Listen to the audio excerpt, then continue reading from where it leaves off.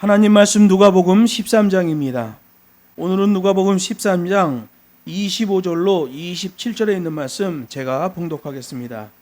집주인이 일어나 문을 한번 닫은 후에 너희가 밖에 서서 문을 두드리며 주여 열어주소서 하면 저가 대답하여 가로되 나는 너희가 어디로서 온 자인지 알지 못하노라 하리니 그때에 너희가 말하되 우리는 주 앞에서 먹고 마셨으며 주는 또한 우리 길거리에서 가르치셨나이다 하나 저가 너희에게 일러 가로되 나는 너희가 어디로서 왔는지 알지 못하노라 행악하는 모든 자들아 나를 떠나가라 하리라.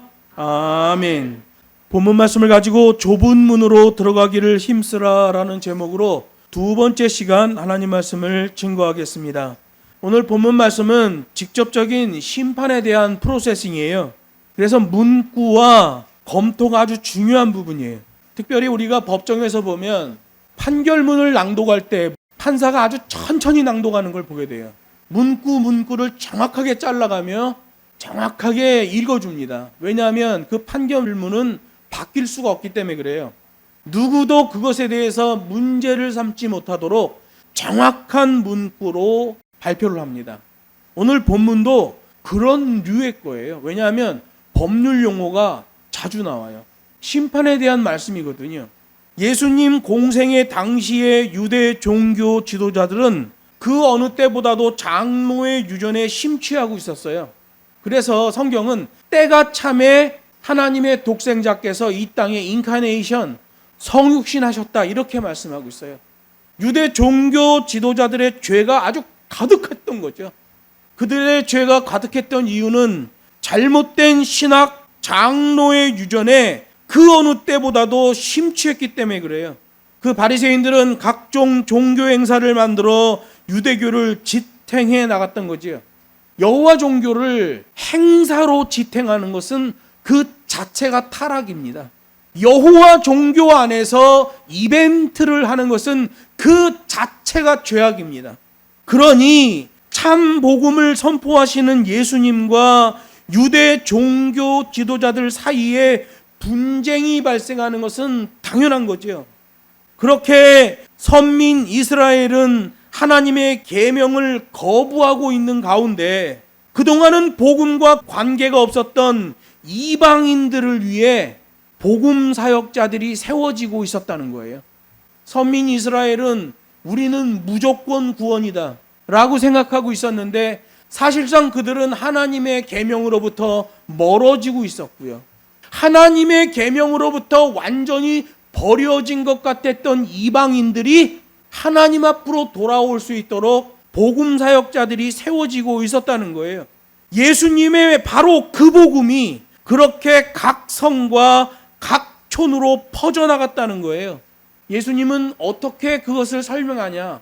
겨자씨처럼 누룩처럼 그렇게 조용히 힘있게 하나님의 나라가 퍼져나가고 있었다라고 표현하고 있고, 헬라인이었던 누가는 예수님의 발걸음을 각 성과 각 촌을 다니셨다라고 표현하시는 거예요.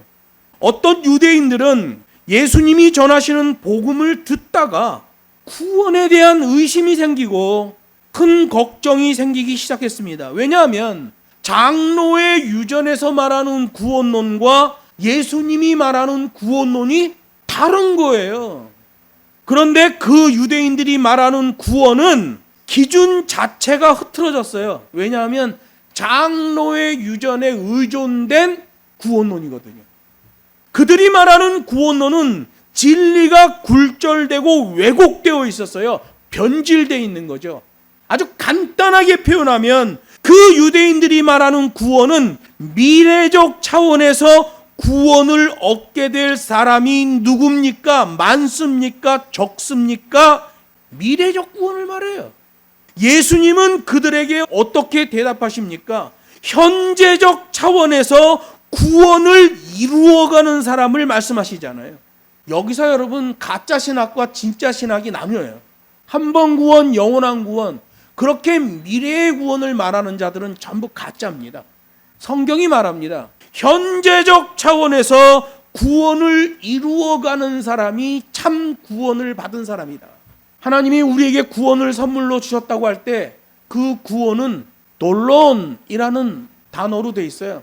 돌론은 중성이죠. 구원은 여성명사예요. 그러면 선물 중성에다가 여성명사를 맞춰야 돼요. 그러면 구원을 선물로 주셨다 그러면 안 되고 이 구원을 중성화시켜야 돼요. 그러면 구원의 과정이죠. 하나님이 우리에게 구원의 과정을 선물로 주셨어요. 예수님이 말하는 구원은 현재적 차원에서 구원을 이루어가는 사람을 말씀하신단 말이에요. 구원을 선물로 줬다 그러면은 그건 이제 따놓은 당상이죠. 하나님이 구원을 선물로 줬으면 미래적 차원의 구원이 따놓은 당상이죠. 근데 성경에 보면 잘못된 장로의 유전에 의존된 구원론이 바로 그거예요. 이 시대 양키 신학에 오염된 가짜 구원론이 바로 그겁니다. 하나님은 우리에게 구원을 선물로 주신 적이 없어요. 구원의 과정을 선물로 주셨죠. 그래서 예수님도 강조하셔요. 현재적 차원에서 구원을 이루어가는 사람이 진짜 구원을 받는 사람이다. 마태복음 22장 14절이 말해요. 청함을 받은 자는 많되 택함을 입은 자는 적으니라. 누구나 믿을 수 있지만 아무나 구원받는 게 아니다 라고 말씀하시는 거예요. 그리고 오늘 25절부터는 최후에 있을 단호한 재판에 대해서 말씀하십니다. 이 25절 말씀은 하나님 앞에 나온 자들에 대한 심의 절차예요. 재판을 하게 되면 공판이라는 걸 하잖아요. 양쪽 말을 다 들어보잖아요. 그리고 판사가 판단하고 다음번에 언제 1차 재판을 하겠습니다라고 해요. 공판을 여는 거예요. 공판을 여는데 공판에서 자꾸 분쟁이 발생하면 두 번째 공판, 세 번째 공판, 이 심의를 계속 늘려가는 거죠. 여기 25절이 바로 그 공판 심의 내용을 말하는 거예요. 본문 25절은 비유 형식으로 되어 있어서 말하는 자, 스피커가 어느 집의 집주인으로 되어 있지만 동일한 본문 마태복음 7장에 보면 예수님이 직접 하신 말씀으로 되어 있어요. 그러므로 이 25절 말씀은 판결 바로 앞에 공판 내용이라는 걸 알게 되는 거예요. 그래서 이게 심판에 대한 힌트가 되는 겁니다. 문, 그러면 마땅히 들락달락거리는 게 용도잖아요. 문을 열고 들어가고 문을 열고 나오는 거예요. 이 문, 마땅히 들어가야 할 문인데도 들어가지 못하고 있는 사람들이 25절에 나옵니다. 그들이 누굽니까? 좁은 문을 선택하지 않은 사람들이에요. 성경은 자기 욕심과 쾌락을 따라가는 자들을 넓은 길로 가는 자들이라고 판단합니다. 그런데 그렇게 넓은 길로 가는 자들은 자기네가 맞는 길로 가고 있다고 착각한다는 거예요. 탈선이 돼 있는데 몰라요.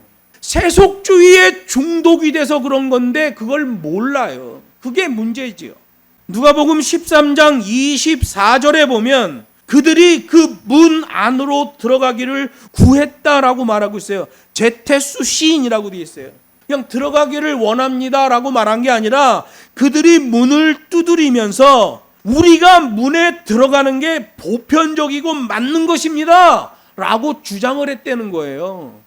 우리는 당연히 들어가는 사람입니다. 우리는 장로의 유전을 지켰기 때문에 보편적으로 우리가 맞는 겁니다 라고 주장을 했다는 거예요.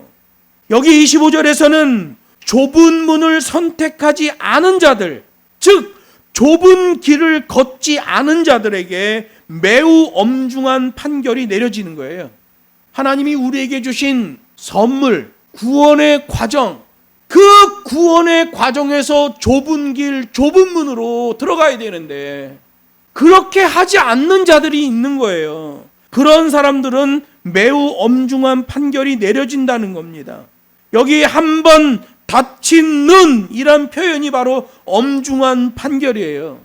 한 번 닫힌 문이니까 두 번째는 열리겠지. 아니에요. 이건 단회적이에요. 한 번 닫히면 절대로 다시 열리는 일이 없는 문, 이렇게 돼 있는 거죠. 더구나 여기 25절에 보면 집주인이 일어나 이렇게 됐는데요. 이 일어났다는 말이 벌떡 일어났다는 거예요. 영어로는 shall have risen up 이렇게 돼 있어요. shall 스피커 의지죠. 이 shall have가 에르게테라는 말이에요. 에르게테라는 말은 그 안에 무슨 내용이 있냐면 너에게 뭔가 유익한 걸 줬다는 거예요. 계명을 줬다는 거죠. 이미 너에게 너 스스로 계명을 보고 각성할 수 있는 그 재료를 줬다는 거예요. 그런데 왜 이제 와서 그런 말을 하느냐라는 의미죠. 또 문을 닫는 것에도 역시 강한 스피커 의지 shall have shot이 적용되고 있어요. 벌떡 일어나는 거, 문을 닫는 거, 이게 스피커 의지예요. 말하는 분의 강력한 의지로 그렇게 됐다는 거죠. 너에게 자동적으로 각성되는 공식, 그 계명을 제공해서 충분히 능동적 명령으로 상승할 수 있게 해주었다는 거예요. 하나님의 계명을 주고 그 죄의 나락에서 튀어 올라올 수 있도록 해주셨다는 거예요. 너를 영적인 깊은 잠에서 깨어나도록 해주었다라는 거예요. 상승시켜줬다는 거죠. 죄로 인해 완전히 까부러졌던 자를 이 계명만 수납하면 스스로 각성할 수 있는 재료를 주었는데 왜 이제 와서 그런 말을 하느냐. 여러분, 이거를 신학에서 승자 문법이라고 그래요. 재판장 앞에 서게 된 자가 승리할 수밖에 없는 문법이라는 거죠. 이걸 승자 문법이라고 그래요. 승자 문법은 요한복음 7장 16절에 나옵니다. 예수께서 대답하여 가라사대 내 교훈은 내 것이 아니요 나를 보내신 이의 것이니라. 그러니 순종하면 된다. 내가 너희들에게 주는 말에 그냥 순종하면 된다. 승자 문법이라고 그래요. 그 말씀대로 하면, 그 계명대로 하면 자동적으로 각성되는 공식이 제공되는 것이다 라는 말씀이죠. 이 승자 문법은 마태복음 12장 42절에 나오는 예수님의 말씀에도 나와요. 갑자기 이디오피아 여왕에 대해서 예수님이 말해요. 생뚱맞죠? 이거 승자 문법이에요. 이렇게 돼 있어요. 심판 때에 남방 여왕이 일어나 이 세대 사람들을 정죄하리니 이는 그가 솔로몬의 지혜로운 말을 들으려고 땅 끝에서 왔음이거니와 솔로몬보다 더 큰 이가 여기 있느니라. 이 남방 여왕은 승자 문법을 가지고 있는 거예요. 그래서 예수님의 교훈에 대하여 그것을 수납하는 자들을 위해서, 또 그것을 거부하는 사람들을 위해서 증인으로 나오게 된다는 겁니다. 증인으로 나오게 된 이 남방 여왕의 고백이 뭐예요? 솔로몬의 지혜로운 말을 들으려고 나는 저 남방 땅 끝에서 왔습니다 라고 증언해 준다는 거예요. 이거 승자 문법이죠. 선포된 말씀에 주어진 계명에 그대로 순종하면 그는 구원의 과정을 현재적 차원에서 걷고 있는 자다라고 말씀하시는 거예요. 그래서 그 현재적 차원에서 순종하고 걸어가는 그 구원의 과정을 흐름이라고 그러고 체질화라고 하고 자세의 믿음이라고 하는 거예요. 그렇게 25절에서 심의를 하자 이 죄인이 26절에서 변론을 합니다. 우리는 주 앞에서 먹고 마셨으며 주는 또한 우리 길거리에서 가르치셨나이다 이렇게 얘기하는 거예요. 우리가 볼 때는 주님하고 같이 먹었으니까 멤버십이 있고 주님이 우리를 가르쳤으니까 우리도 주님의 제자가 아닙니까? 라고 이해할 수 있겠지만 이건 전혀 다른 얘기예요. 이건 우리는 유대인입니다 이런 얘기예요.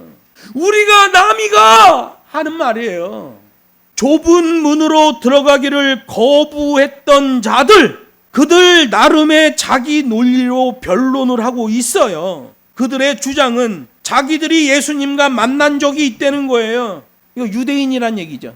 언제 만났었잖아요. 이게 만남을 얘기하는 게 아니라 우리는 같은 유대인이잖아요 라는 말이에요. 예수님과 같이 먹었고 예수님의 가르침도 받았다고 말해요. 이건 친분 관계로서 유대인의 제자 삼는 방법이에요.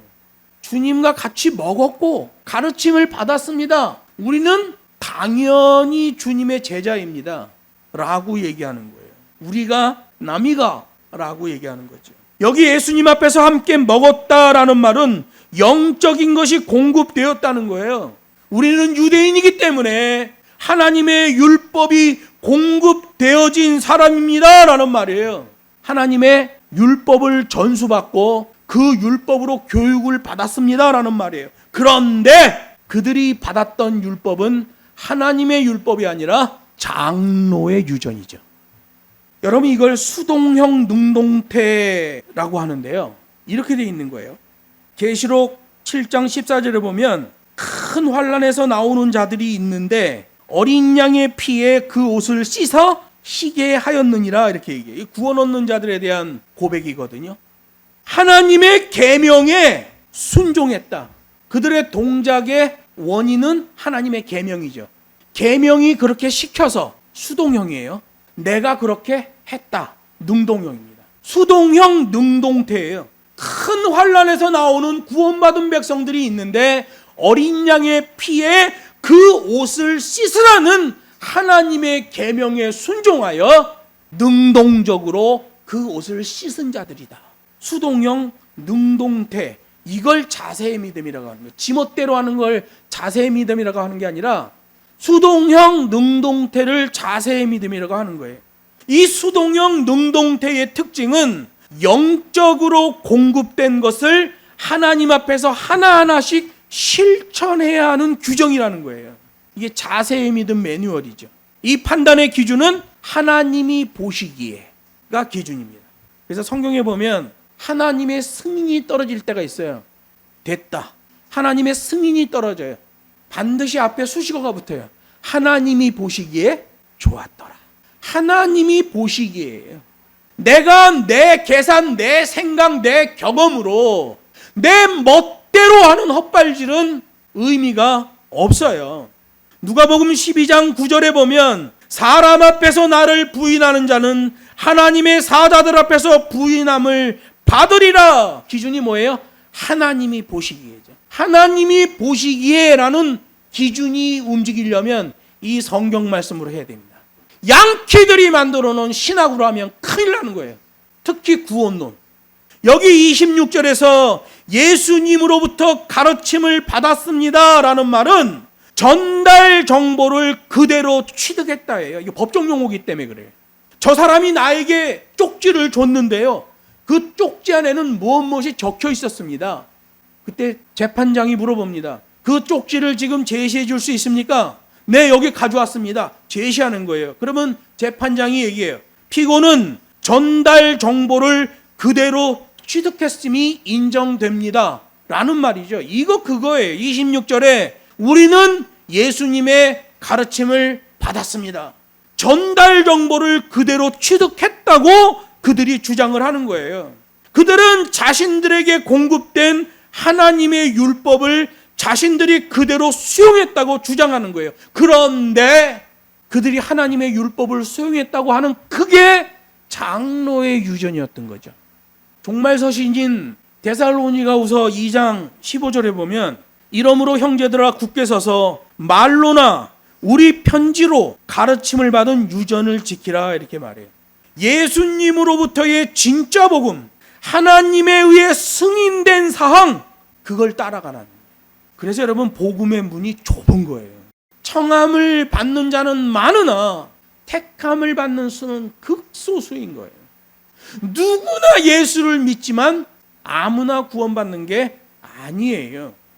예수님 앞에서 함께 먹었다면, 진짜 복음이 공급됐다면 예수님과 친밀하고도 내밀한 교제가 나와야죠. 근데 이들은 그게 안 나오잖아요. 대들고 있잖아요.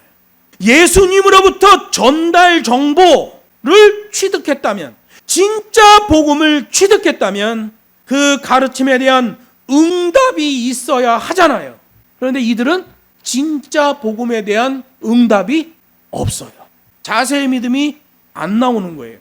그런데 그들은 자기들 나름대로는 자기들이 뭔가 의미 있는 걸 하고 있다고 생각했지만 예수님의 판단에 의하면 그들은 그저 허공에 헛발질을 했을 뿐이라는 거예요. 본문과 동일한 마태복음 7장으로 넘어가서 이들의 변론을 보면 이렇게 돼 있어요. 그날에 많은 사람이 나더러 주여 주여 하며 우리가 주의 이름으로 선지자 노릇까지 했습니다. 우리가 주의 이름으로 귀신을 쫓아냈습니다. 우리가 주의 이름으로 많은 권능까지 행했습니다. 라고 얘기해요. 대단하잖아요. 그동안 뭘 했어? 주의 이름으로 선지자 노릇도 했고 주의 이름으로 귀신도 쫓고 많은 권능도 행했어요. 그래서 사람들이 막 박수를 쳐주고 당신은 진짜 하나님의 종입니다. 막 박수 쳐주고 그런데 주님 앞에서 버려지고 있어요. 그들에 대하여 문을 닫아버리셔요. shall have 스피커의 강력한 의지, 말하는 자의 강력한 의지로 다시는 돌이킬 수가 없다라고 말.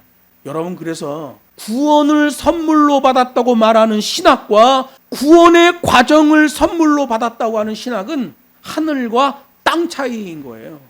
왜 기독교가 썩습니까? 구원을 선물로 받았다고 하기 때문에. 기독교는 체계 종교예요. 성경책이 뭐라고 말했는가가 중요한 거죠. 자기 생각, 자기 기준을 앞세우는 것은 헛발질이에요. 구원 보증의 효과를 발생시키지 못해요. 내 기준, 내 경험으로는.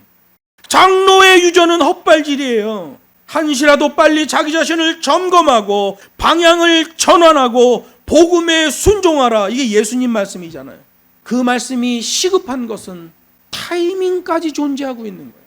그냥 뭐 내일 하지 모레 하지 그러면 안 된다는 거예요. 타이밍이 존재한다는 거예요. 시간표가 지나가면 무효해요. 먼저 하면 기준, 나중에 하면 짐덩어리가 되는 게 복음인 거예요. 27절에서는 하나님의 판결이 나옵니다. 저가 너희에게 일러 가라사대 나는 너희가 어디로서 왔는지 알지 못하노라. 행악하는 모든 자들아 나를 떠나가라 하리라. 이렇게 돼 있어요. 불법을 행하는 자들은 우리는 예수님과 관계가 있다라고 주장했지만 심판의 주인이신 예수님은 나는 너희를 모른다라고 말해요. 여기 모른다라는 말이 법률 용어예요. 우크 오이다라는 말이에요. 영어로는 룰링이라고 그래요. 판결 줄긋기라고 그래요. 줄긋기. 우리나라는 판사가 3명이 앉잖아요. 공판을 합니다. 양쪽의 주장을 다 들어봐요. 그리고 언제 또 재판을 하겠다고 선포하고 재판을 마칩니다. 판사들 셋이 사무실로 들어갑니다. 오늘 나왔던 증거물들, 증언들 다 취합합니다. 취합하고 선긋기를 하는 거예요. 여기까지는 증거로 삼고 여기 말까지는 듣고 그 외의 말은 다 버립니다. 룰링이라고 그래요. 판결 선긋기. 이게 오늘 헬라어 용어로 우크오이다라는 말이 나와요. 현재의 객관적 증거로 그들의 주장을 부정하다라는 뜻이에요. 여러분 이게 필연적 결과물로 나와지는 부정적 결과물이죠. 이게 선제적 매뉴얼 때문에 그래요. 하나님이 먼저 그 계명만 수납하면 자동으로 각성될 수 있도록 죄를 깨닫고 알 수 있도록 율법을 주셨는데 그걸 싫어했던 거예요. 싫어하는 방법은 여러 가지예요. 그냥 대놓고 거부하는 거. 이거 하나님의 율법을 싫어하는 거예요. 하나님이 지키라고 했는데 나는 연약하여서 지킬 수가 없어요 라고 말하고 그냥 지 맘대로 살아. 그거 하나님의 말씀을 거부하는 겁니다. 성경이 말해요. 좁은 문으로 들어가기를 힘쓰고 애쓰라. 마지막에 있을 판결 줄긋기까지 오늘 본문에 나오고 있어요. 선제적 매뉴얼이 던져졌습니다. 구약시대는 하나님의 율법이 던져졌고 신약시대는 예수님의 복음이 던져졌어요. 구약의 율법이나 신약의 복음이나 다 자동적으로 각성되게 하는 공식, 계명이에요. 그런데 종말서신 데살로니가후서 2장 12절에 보면 심판받을 자들에 대하여 기록해 놓은 게 있어요. 이렇게 돼 있어요. 그들이 진리를 싫어하고 불의를 좋아하기 때문에 하나님이 그들로 하여금 심판을 받도록 하신다. 이렇게 돼 있어요. 근데 여기서 말하는 데살로니가 후서에서 말하는 그들은 하나님을 믿고 있다는 자들을 얘기하는 거예요. 그래서 여러분, 구원을 선물로 받은 게 아니라 구원의 과정을 선물로 받았고, 우리의 구원은 하나님의 경륜이 아니라 하나님의 섭리로 돼 있어요. 25절에서도 너희가 도대체 어디서 온 자들인지 나는 모른다 라며 외면을 했었는데, 여기 27절에서 그 판단을 다시 반복해 강조하고 있으니, 이 27절에 있는 이 내용은 행위 심판에 있어서의 최종적 판결이에요. 너희는 진리를 싫어하고 불의를 좋아했다. 그러므로 이러한 심판을 받는 것이다 라고 판결이 됩니다. 그래도 막 우기면 남방 여왕이 나와서 나는 남방 땅끝에서 솔로몬의 지혜, 하나님의 말씀을 들으려고 왔다 라고 증언을 해주는 거죠. 너희는 너희들에게 자동적으로 각성되게 하는 하나님의 계명이, 그 구원의 공식이 선포되었는데도 그것을 듣지 않았다. 하나님의 아들이 너희를 찾아와서 외쳤는데도 듣지를 않았다. 나는 남방 땅끝에서 왔다. 그것을 들으려고 증언을 쓴다는 거예요. 그리고 오늘 본문이 말해요. 그들은 본질상 행악하는 자들이다 라고 말씀하셔요. 여러분, 복음을 입체적으로 볼 때만 이 행위 심판이 보입니다. 복음을 입체적으로 보지 않으면 행위 심판이 안 보여요. 그냥 한 번 구원, 영원한 구원이에요. 양키들이 만들어 놓은 인본주의 신학, 인문주의에 오염된 그 신학의 방법을 따라가게 되는 거예요. 누가복음에 나타나는 이 독특성, 사도 바울의 신학적 견해, 악행자는 심판받고 지옥에 떨어진다라는 말. 그래서 사도 바울이 자신을 고백하잖아요. 나는 죄인 중에 괴수입니다. 나는 작은 자들 중에서도 더 작은 자입니다. 나는 악한 자들 중에서도 더 악한 자입니다 라고 자신을 고백하잖아요. 그런데 범죄자들은 자신들이 저지른 범죄 행위에 대하여 유화적 판단을 합니다. 예수님 당시에 유대 종교 지도자들, 자신들의 죄에 대하여 유화적 판단을 하잖아요. 이건 예수님이 가르쳐준 신학이 그 안에 있지 않기 때문에 그래요. 감리교 교단의 어느 목사가 실계를 범하고 설교를 표절한 것으로 재판에 회부됐습니다. 교회가 난리가 난 거예요. 그런데 지방회를 거쳐서 총회까지 올라갔는데, 총회에 올라간 기소 내용을 보니까 하나만 올라갔어요. 7계를 범한 건 누락되고 설교 표절한 것에 대한 책임만 묻는 재판으로 변질이 됐습니다. 그 목사가 안 했대는데 증거가 있냐 이거죠. 여러분, 종교 지도자들이 그 범죄 행위에 대하여 유화적 판단을 하는 것은 그들이 그 죄와 동일한 죄를 가지고 있기 때문에 그렇습니다. 예수의 복음이 들어가면 행위 심판에 대한 것을 알기 때문에 나는 죄인 중 괴수입니다 라고 고백하게 되는 거예요.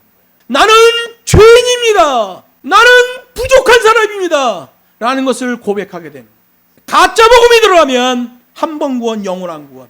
우리가 무슨 짓거리를 하든지 하나님이 나를 구원하시기로 작정하셨기 때문에 나는 구원받는다. 이 양키 신학이죠. 성경하고 달라요. 그래서 27절에 보면 또 법률 용어가 나와요. 나로부터 떠나가라. 나로부터 떠나 사라져라. 이런 얘기. 이게 법률 용어예요. 아포스테테라는 말이에요. 유대인 공동체 내에서 범죄자가 발생되었을 경우에 그를 추방하는 선포 관용어가 바로 아포스테테라는 말이에요. 완전한 분리예요. 너는 이제 유대인이 아니다 라고 완전히 분리시켜버리는 심판이죠.